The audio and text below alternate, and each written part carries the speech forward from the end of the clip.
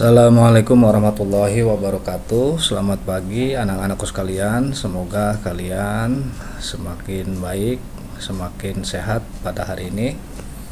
Jangan lupa berdoa, kemudian isi daftar hadir yang sudah Pak Guru sediakan. Baik, di hari Jumat ini kalian akan belajar materi Bupena tema 1, subtema 1, pembelajaran keempat.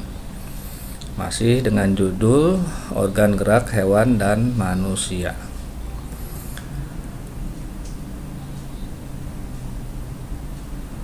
Nah, di pembelajaran 4 ini ada muatan IPS. Silahkan kalian dibuka juga buku bupenanya. Pembelajaran 4 tentang kondisi geografis Indonesia. Bisa kalian perhatikan. Ada sebuah gambar peta di sini. Ini adalah peta Sumatera. Kemudian batas-batas wilayah untuk Sumatera. Ada batas wilayah bagian utara, bagian timur, bagian barat, dan selatan. Batas wilayah bagian utara Provinsi Sumatera. Bagian utara berbatasan dengan Teluk Benggala, kemudian Malaysia dan Thailand. Kemudian batas wilayah sebelah timur berbatasan dengan Selat Malaka dan Pulau Kalimantan. Batas wilayah bagian barat berbatasan dengan Samudra Hindia. Kemudian batas wilayah bagian selatan berbatasan dengan Selat Sunda dan Pulau Jawa. Keadaan alam di Pulau Sumatera yaitu Selat Malaka, Danau Toba, Sungai Musi, Gunung Kerinci, dan Gunung Leser. Kemudian berikutnya ada Provinsi Jawa. Di sini ada petanya juga. Kalian simak baik-baik.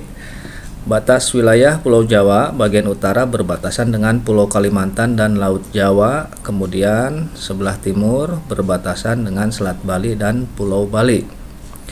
Kemudian sebelah barat berbatasan dengan Selat Sunda.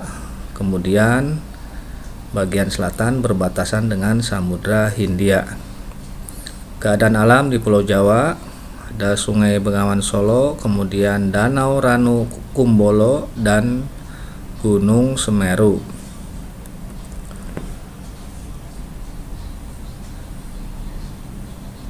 Berikutnya di Pulau Kalimantan, batas wilayahnya bagian utara berbatasan dengan Malaysia, Brunei Darussalam, Laut Tiongkok Selatan. Kemudian bagian timur berbatasan dengan Selat Makassar dan Pulau Sulawesi. Bagian barat berbatasan dengan Laut Natuna dan Pulau Sumatera. Kemudian bagian selatan berbatasan dengan Laut Jawa dan Pulau Jawa. Keadaan alam di Pulau Kalimantan yaitu Sungai Kapuas, Danau Bangkau, Gunung Raya, dan Gunung Kinabalu. Kemudian di Provinsi Sulawesi, batas wilayahnya bagian utara berbatasan dengan Laut Sulawesi dan Filipina. Kemudian bagian timur berbatasan dengan Laut Maluku dan Kepulauan Maluku.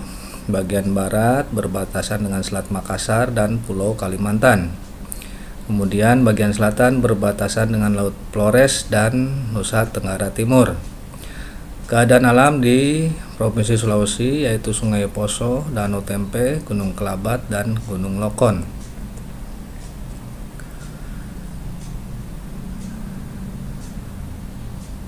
Berikutnya di Provinsi Bali dan Nusa Tenggara. Batas wilayah di Pulau Bali atau Provinsi Bali bagian utara berbatasan dengan Laut Bali, Laut Flores, Pulau Sulawesi. Bagian timur berbatasan dengan Timor Timur. Bagian barat berbatasan dengan Pulau Jawa dan Selat Bali. Kemudian bagian selatan berbatasan dengan Samudra Hindia. Keadaan alamnya yaitu Sungai Petanu, Danau Batur, dan Gunung Rinjani. Kemudian berikutnya di Provinsi Papua, batas wilayah bagian utara berbatasan dengan Samudra Pasifik. Sebelah timur berbatasan dengan Papua Nugini, sebelah barat berbatasan dengan Kepulauan Maluku. Kemudian sebelah selatan berbatasan dengan Laut Arafura dan Australia. Keadaan alam di Papua yaitu Sungai Memberamo, Danau Sentani, dan Gunung Jaya Wijaya. Nah, berikutnya ada muatan PPKN. Bisa kalian perhatikan kembali sikap gotong royong sesuai dengan nilai Pancasila. Kerjasama adalah suatu bentuk budaya bangsa Indonesia yang sering disebut dengan gotong royong.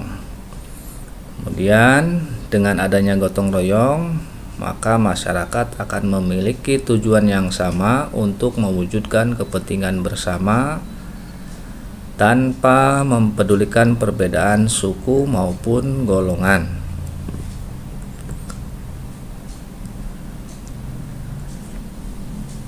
Kemudian berikutnya masih pembelajaran 4, ada muatan bahasa Indonesia tentang menentukan ide pokok suatu teks.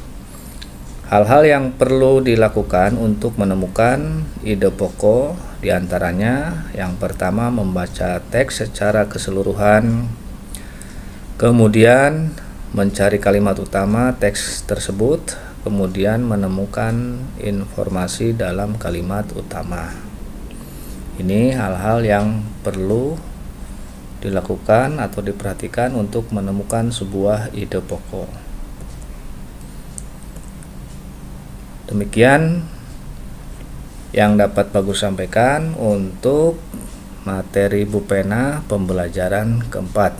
Nanti akan Pak lanjutkan pembelajaran kelima dan pembelajaran keenam. Demikian, terima kasih atas perhatiannya. Wassalamualaikum warahmatullahi wabarakatuh.